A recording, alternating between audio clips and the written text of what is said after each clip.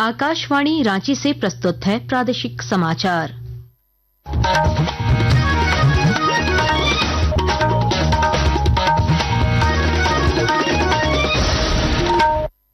नमस्कार, प्रादेशिक समाचारों के साथ मैं कामिनी। पहले मुख्य समाचार।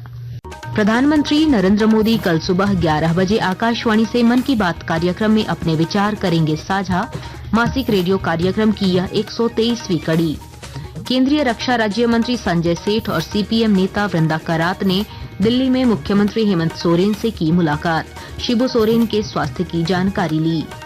भाजपा के राष्ट्रीय प्रवक्ता जफर इस्लाम ने रांची में कहा, मुस्लिम वर्ग के हितों का ध्यान रखते हुए केंद्र सरकार ने वक्फ कानून में किया संशोधन। राज्य में महिला कर्मियों को कार्यस्थल पर यौन उत्पीड़न से संबंधित शिकायत दर्ज कराने के लिए उपलब्ध होगा शी बॉक्स नामक सिंगल विंडो सिस्टम।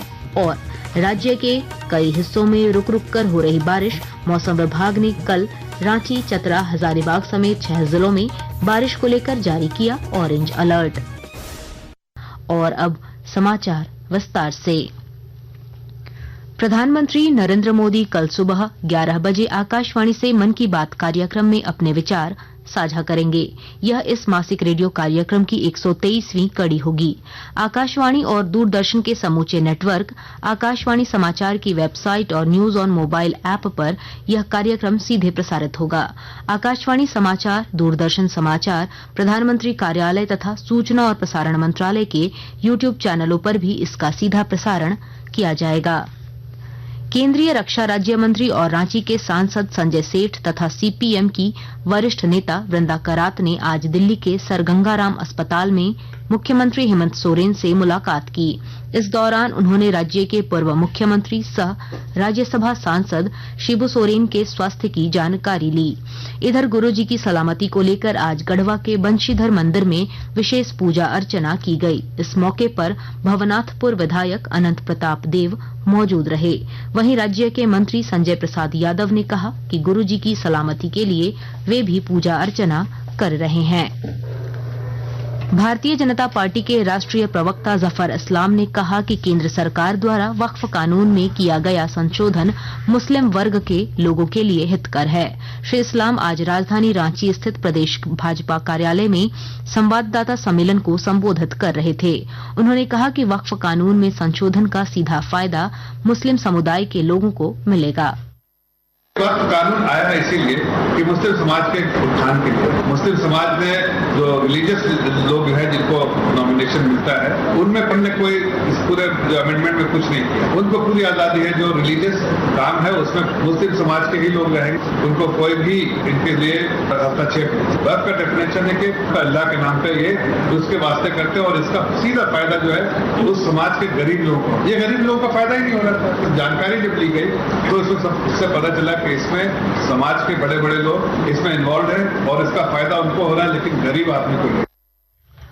मुख्यमंत्री मैया सम्मान योजना की लाभुकों को अगले सप्ताह मई महीने की राशि उनके खातों में हस्तांतरित करने की तैयारी पूरी कर ली गई है। इसे लेकर सामाजिक सुरक्षा निदेशालय ने सभी जिलों को जरूरी दिशा निर्देश जारी किया है।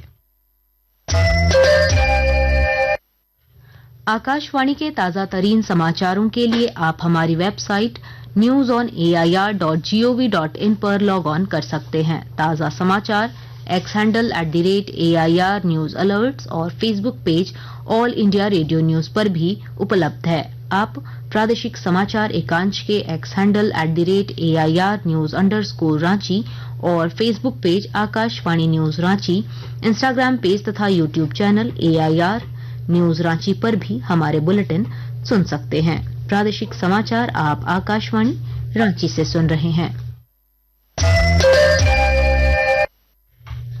झारखंड में महिला पुलिसकर्मियों के साथ कार्यस्थल पर यौन उत्पीड़न की शिकायतों के लिए अब शी बॉक्स नामक एक सिंगल विंडो सिस्टम उपलब्ध होगा।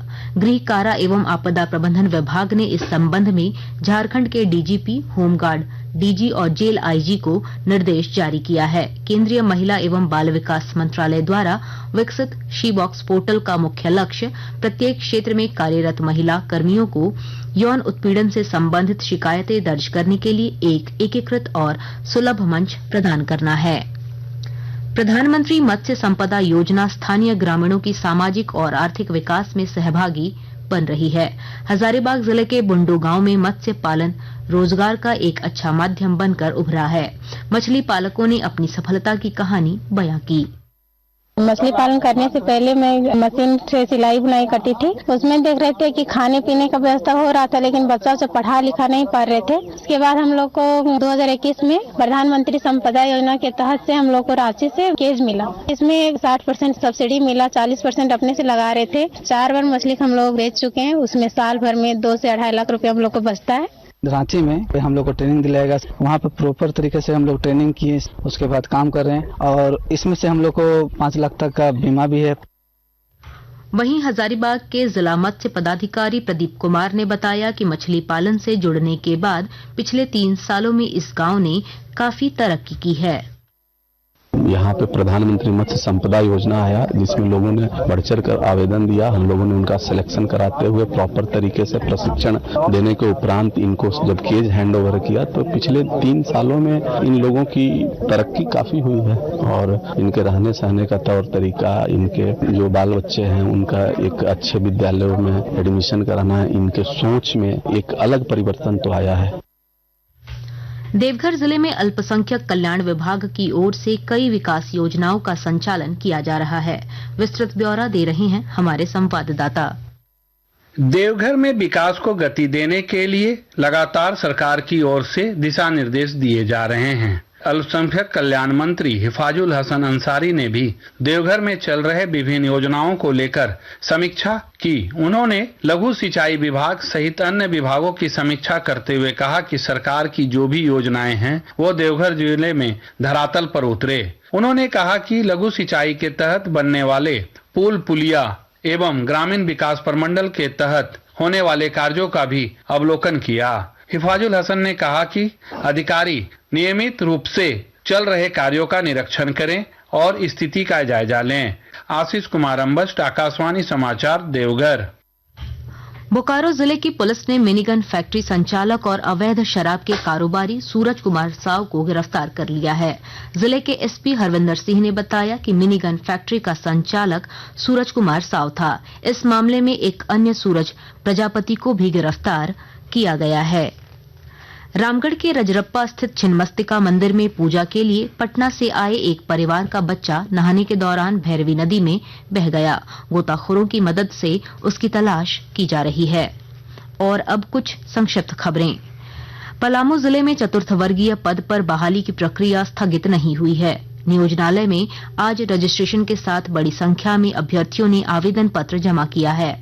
खूंटी परिसदन में युवा कांग्रेस जिला अध्यक्ष अरुण संगा की अध्यक्षता में प्रेस कॉन्फ्रेंस का आयोजन कर युवा साथियों को चुनाव प्रक्रिया की जानकारी दी गई। गुमला जिले के उपायुक्त प्रेरणा दीक्षित ने आज 11 योजनाओं की समीक्षा कर जरूरी दिशा निर्देश दिया। हजारीबाग के सांसद मनीष जायसवाल की ओर से 29 जून से सांसद तीर्थ दर्शन का शुभारंभ किया जाएगा। गढ़वा व्यवहार न्यायालय में आज मासिक लोक अदालत का आयोजन कर 210 मामलों का निष्पादन किया गया। और अब मौसम का हाल। राज्य के कई हिस्सों में रुक रुक कर बारिश हो रही है। मौसम विभाग ने कल रांची, चतरा, हजारीबाग, लातेहार, लोहरदगा, रामगढ़ और गुमला में भारी बारिश को लेकर ऑरेंज अलर्ट जारी किया है। भारतीय हॉकी टीम में रहकर कमाल करने वाले झारखंड के हॉकी खिलाड़ी माइकल किंडो की जयंती पर आज श्रद्धांजलि दी गई। हॉकी इंडिया के महासचिव भोलानाथ सिंह ने कहा कि उनका अद्भुत कौशल खिलाड़ियों की कई पीढ़ियों को प्रेरित करता है। बता दें कि माइकल किंडो झारखंड के इकलौते ऐसे खिलाड़ी थे जिन्होंने भारत के पुरुष हॉकी टीम को विश्व कप में तीनों पदक 1971 में कांस्य, 1973 में रजत और 1975 में स्वर्ण पदक दिलाया था। अंत में मुख्य समाचार एक बार फिर। प्रधानमंत्री नरेंद्र मोदी कल सुबह 11 बजे आकाशवाणी से मन की बात कार्यक्रम में अपने विचार करेंगे साझा। मासिक रेडियो कार्यक्रम की यह 123वीं कड़ी। केंद्रीय रक्षा राज्य मंत्री संजय सेठ और सीपीएम नेता वृंदा करात ने दिल्ली में मुख्यमंत्री हेमंत सोरेन से की मुलाकात। शिबू सोरेन के स्वास्थ्य की जानकारी ली। भाजपा के राष्ट्रीय प्रवक्ता जफर इस्लाम ने रांची में कहा, मुस्लिम वर्ग के हितों का ध्यान रखते हुए केंद्र सरकार ने वक्फ कानून में किया संशोधन।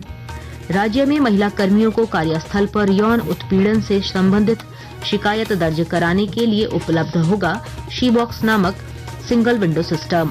और राज्य के कई हिस्सों में रुक रुक कर हो रही बारिश, मौसम विभाग ने कल रांची, चतरा, हजारीबाग समेत 6 जिलों में बारिश को लेकर जारी किया ऑरेंज अलर्ट। इसके साथ ही आकाशवाणी रांची से प्रादेशिक समाचार का ये बुलेटिन समाप्त हुआ। अगला प्रादेशिक समाचार बुलेटिन कल सुबह 8:30 बजे प्रसारित किया जाएगा। नमस्कार।